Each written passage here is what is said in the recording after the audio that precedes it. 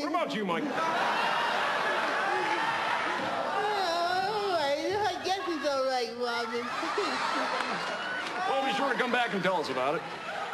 Hey, Mike, maybe I'll see you on Scrabble sometime. Yeah, right. Oh, Lord, somebody help me. I'd give you 5 of these, but I don't want to get none of that dog spit on my hand. You gonna make love to me if it kills you, friend. It will. Elizabeth, I'm coming to join you, honey, with a half a bottle of Ripple and an old toothbrush. Same mix.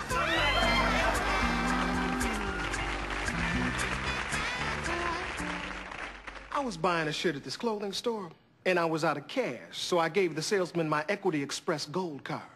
I got a call from the store manager. He said he was suspicious of a customer trying to use an Equity Express card. From the manager's description of the man, it was clear he wasn't the right sort to be carrying a gold card, if you know what I mean. So I ran a check on his credit. I knew my credit was good, because I just paid my bill.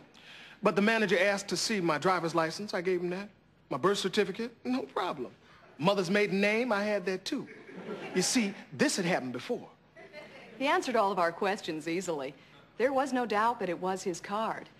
But I wasn't giving up so fast. I asked to speak to the customer directly. Then the lady asked me who won the Bob Hope Invitational Golf Tournament in 1978. Then the lady asked me who won the Bob Hope Invitational Golf Tournament in 1978. I said, kiss my butt, bitch. Approve my credit. I had him. Use of obscenity over interstate phone lines is a federal offense. So I asked the store manager to stall him while I called the police. So they told me everything was cool, and they started treating me real nice. A little too nice. They gift wrapped my shirt. They served me hors d'oeuvres and started doing magic tricks.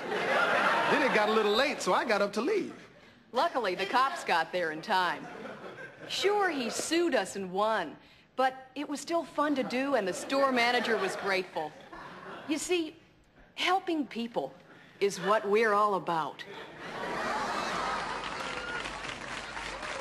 Equity Express.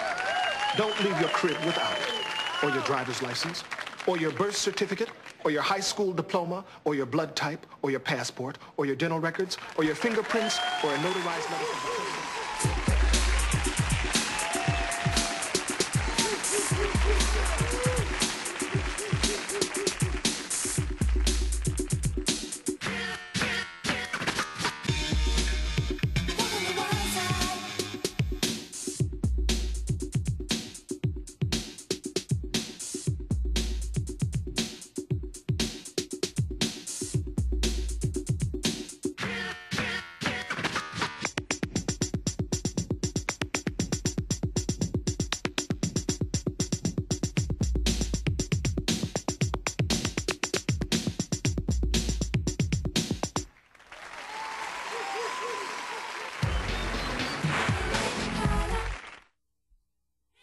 And now, Public Access presents Men on Films.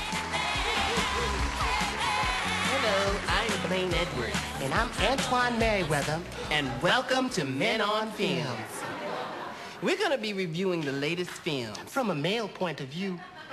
First up is that controversial movie, Do the Right Thing. Now, I really like little Spike Lee's courage in making this film. I especially like the way he mixed the racial tension with the violence in order to give his message, do the right thing. Come on out the closet. Don't be afraid to be who you is. Black, white, or whatever. Ain't that the truth, Ruth? Now I'd like to talk about an exciting new film, Karate Kid Part 3. It's all about men working out their problems in a very physical way. It was all so primitive. And you know, I really enjoyed Mr. Miyagi, played by little Pat Morita. Ooh, and that Ralph Macchio. 3 words, fab-you-love.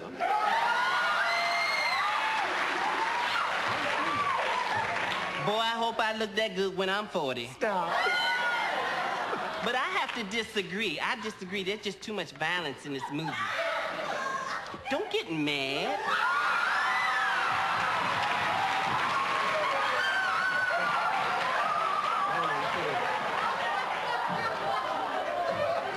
You better give me back my scarf. Don't hate me because I'm beautiful. They went all wrong. What's all this kicking about? This is a movie about relationships. This could have been a beautiful picture about the special friendship between a mature, masculine, older man and a tender, ripening, consenting young man. See, I think America's ready for that. You know I am. I bet you is. Now I'd like to talk about a film I've been anxiously waiting to see, Great Balls of Fire. I ain't gonna touch it. But the title alone gets 2 snaps up.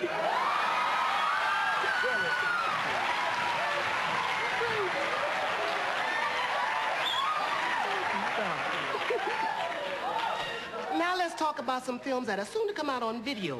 First up is Black Widow, starring Teresa Russell and Deborah Winger. Hated it. Also coming out is Miss Firecracker. Is that Gene Anthony Ray's new movie? Holly Hunter. Hated it. And we finally have Dangerous Liaison, starring John Malkovich and Glenn Close. You know, John Malkovich is like every moviegoer's fantasy. I find myself just alone at night just thinking about his intensity. Yeah. What you think of Glenn Close? Oh, I loved him. And I really have to admire the producers for daring to cast a man in that role. I mean, that really made the picture for me. Hello? Glenn Close is a woman. Clutch the pearls. What a sneaky thing to do.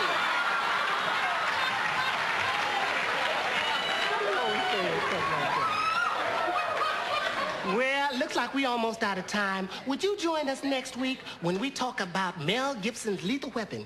I hope it's loaded. You crazy.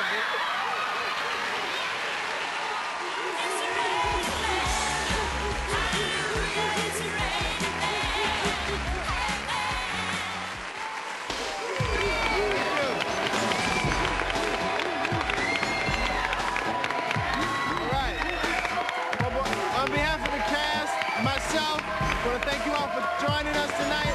We'll see you next week. Bye.